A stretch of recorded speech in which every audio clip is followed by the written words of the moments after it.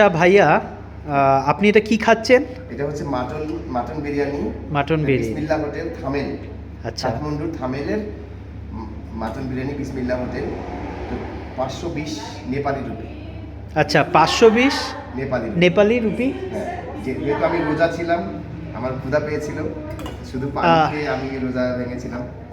তো প্লিজ আইয়ে। এখন বিসমিল্লাহ হালাল। আচ্ছা, বিসমিল্লাহ হালাল। বিসমিল্লাহ হালাল। হ্যাঁ। তো অনেকগুলো ভাত মনে হচ্ছে একাই একাই খাবো কি করে, দুইজন খাওয়ার জন্য ভাত।